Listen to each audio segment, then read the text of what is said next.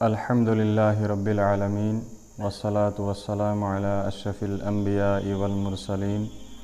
وعلی آلہ واصحابہ اجمعین ومن تبعہم بإحسان الی یوم الدین اما بعد قال اللہ تعالی فی القرآن المجید اعوذ باللہ من الشیطان الرجیم بسم اللہ الرحمن الرحیم کل نفس ذائقۃ الموت۔ تمام اقسام کی تعریفات اللہ رب العالمین کے لائق و زیبا ہے، جس رب کائنات نے موت اور حیات کو پیدا کیا۔ مختصر سے حمد و ثنا کے بعد بے حد درود کی بارش ہو اس آخر الزماں پیغمبر محمد عربی صلی اللہ علیہ وسلم پر، جسے اللہ رب العزت نے اس امت کے لیے بحیثیت رسول، بحیثیت معلم، رہبر و رہنما بنا کر مبعوث کیا۔ تو میں نے آپ کے سامنے آیت مبارکہ تلاوت فرمائی۔ اللہ رب العزت قرآن مجید کے اندر بیان فرماتے ہیں کل نفس ذائقۃ الموت، موت کے حوالے سے ہر انسان کو موت کا ذائقہ چکھنا ہے۔ موت کے تعلق سے ہر انسان کو اسے ہمیشہ یاد رکھنا چاہیے، ہر پل اسے یاد رکھنا چاہیے، کیونکہ موت آنے کا وقت کسی انسان کو اس کی کوئی خبر نہیں،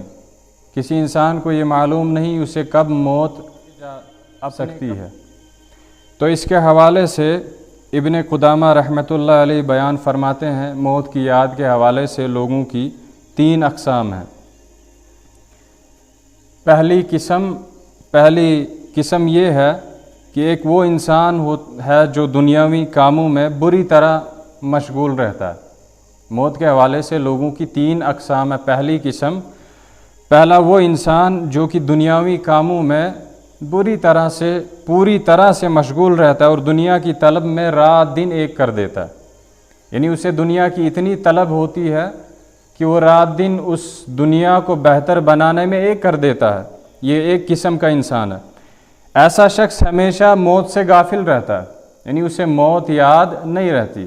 حالانکہ ہر انسان کو موت یاد رکھنی چاہیے، کیونکہ موت اسے ایک نہ ایک دن آنی ہے۔ دارالفنا کی زندگی میں اسے ایک نہ ایک دن رخصت کر جانا ہے۔ آگے بیان فرمائے اور کبھی بھی اسے موت یاد بھی آتی یا یاد جب اسے کبھی موت آ جائے تو اسے نفرت کرنے لگتا ہے۔ یہ پہلے قسم کا انسان ہے۔ ابن قدامہ رحمۃ اللہ علیہ بیان فرماتے ہیں موت کے حوالے سے جو 3 اقسام کے لوگ ہیں، یہ پہلے قسم کا انسان وہ ہے جسے جب موت یاد آئے وہ اسے نفرت کرنے لگتا ہے۔ ابن قدامہ بیان فرماتے دوسرا وہ انسان ہے جب کہ اسے موت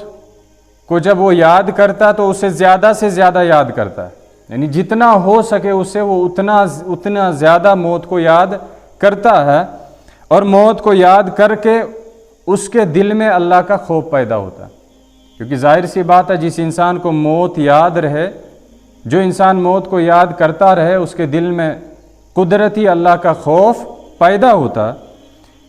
اور اللہ تعالیٰ کی خوف کی وجہ سے وہ کثرت سے توبہ کرتا رہتا ہے، کیونکہ اسے یہ معلوم ہے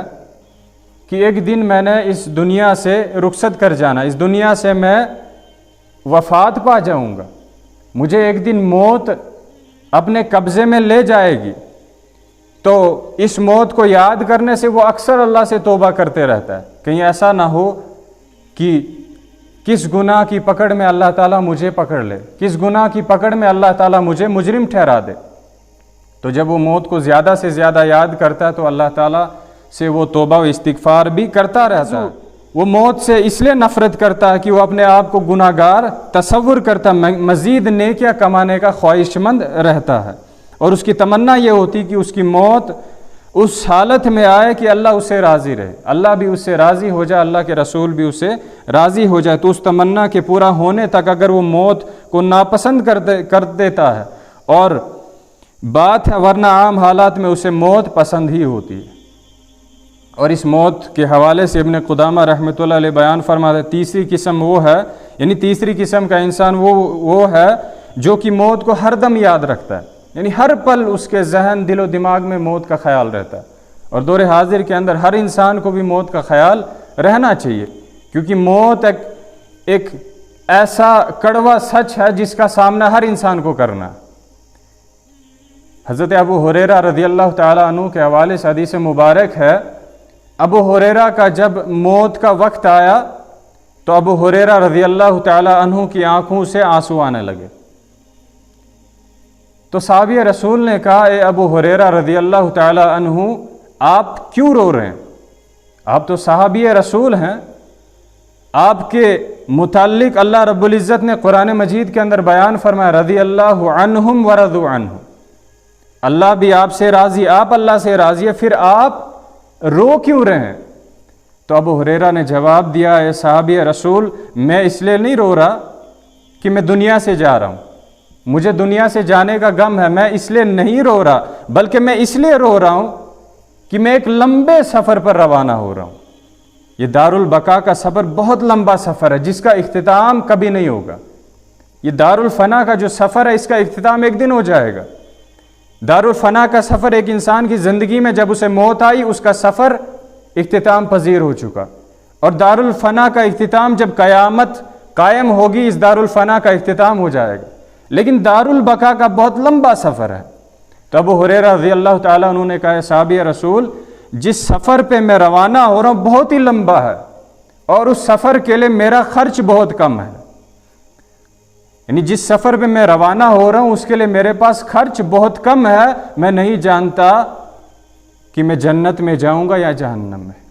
یہ وہ شخص کہہ رہا ہے جسے اللہ رب العزت نے رضی اللہ عنہ کا لقب دیا تھا۔ اس کے بعد دوسرا واقعہ ابو درداء رضی اللہ تعالیٰ عنہ کا ملتا ہے۔ جب ابو درداء رضی اللہ تعالیٰ عنہ کا موت کا جب وقت آیا تو ابو درداء رضی اللہ تعالیٰ عنہ کہتے ہیں، کیا کوئی ایسا شخص ہے جو اس دن کے لیے عمل صالح کر لے؟ کیا کوئی شخص ہے جو اس دن کے لیے تیاری کر لے؟ اس کے بعد ان کی آنکھوں سے بھی آنسو نکلنا شروع ہوئے۔ تو ان کی بیوی نے کہا، اے ابو درداء رضی اللہ تعالیٰ عنہ، آپ تو صحابی ہیں، آپ اللہ کے رسول صلی اللہ علیہ وسلم کے صحابی ہیں، آپ نے اللہ کے رسول کا زمانہ پایا، آپ کو رضی اللہ عنہ کا لقب ملا، پھر آپ کیوں رو رہے ہیں؟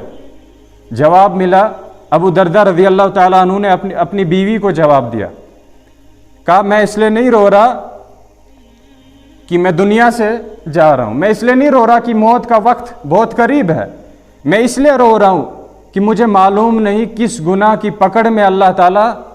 مجھے پکڑ لے، کس گناہ کی پکڑ میں اللہ تعالیٰ مجھے مجرم ٹھہرا لے اور مجھے سزا دے دے، اس لیے میں رو رہا ہوں۔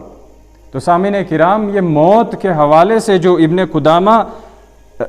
رحمۃ اللہ علیہ بیان فرماتے ہیں، یعنی تیسرا انسان وہ ہے کہ جو موت کو ہر دم یاد رکھتا ہے، یعنی ہر پل یاد رکھتا ہے۔ آگے بیان فرما، کسی بھی لمحے میں اسے غافل نہیں ہوتا، جیسا کہ دور حاضر میں ہم لوگ غافل ہیں موت سے، ہر انسان غافل ہے، اپنے کام و کاج میں مصروف، اپنی دنیا بہتر بنانے میں مصروف، اور اس مصروفیت کے اعتبار سے وہ موت سے ہمیشہ غافل رہتا ہے، اور ایسا شخص اللہ تعالیٰ سے جلد ملاقات کرنے کا متمنی ہوتا ہے، یعنی اس کے اندر تمنا و خواہش ہوتی ہے کہ وہ اللہ سے جلد ملاقات کرے تاکہ وہ دنیا کی پریشانیوں سے نجات پا کر جلد از جلد نعمتوں والے گھر جا پہنچے، یعنی اللہ نے جو نعمتیں جنت الفردوس میں رکھی ہے وہ اس گھر میں جلد از جلد پہنچ جائے۔ تو ابن قدامہ رحمۃ اللہ علیہ بیان فرماتے ہیں، ان تینوں میں سے سب سے بہترین شخص تیسرے والا شخص ہے، اور اس کے بعد دوسرے والا شخص، اور اس کے بعد بیان فرمایا سب سے بدترین انسان وہ ہے جو پہلے والا شخص ہے، جو موت سے ہمیشہ غافل رہتا ہے، دنیاوی اعتبار سے اس میں بری طرح سے مشغول رہتا ہے، اور جب اسے موت کے تعلق سے کوئی بات یاد آ جائے تو اسے نفرت کرنے لگ جاتا ہے۔ تو اسی طرح صلی اللہ علیہ وسلم نے بیان فرمایا، لہٰذا تم قبرستان کی زیارت کیا کرو کیونکہ قبریں موت کی یاد دلاتی ہیں۔ تو موت کو یاد کرنے کا سب سے بڑا ذریعہ ہے کہ قبرستان کی زیارت کی جائے، خاص کر مردوں کو قبروں کی زیارت کی جائے، کیونکہ اس سے ایک انسان کو موت یاد آتی ہے، اور موت کو یاد کرنے کے لیے سب سے بڑا ذریعہ قبر ہے، کیونکہ وہاں انسان جب جاتا ہے تو اسے یہ خیال آتا ہے کہ یہ انسان کل تک میرے ساتھ موجود تھا اور آج اسی قبر کی اندھیری رات میں مدفون ہے، کل کو میں نے بھی اسی قبر کی اندھیری رات میں مدفون ہونا۔ تو اللہ تعالیٰ سے ہم دعا گو ہیں کہ اللہ تعالیٰ ہر انسان کو موت کو زیادہ سے زیادہ یاد کرنے کی توفیق عطا فرمائے اور موت سے غافل رہنے سے ہر انسان کو محفوظ رکھے۔ وآخر دعوانا ان الحمد للہ رب العالمین، والسلام۔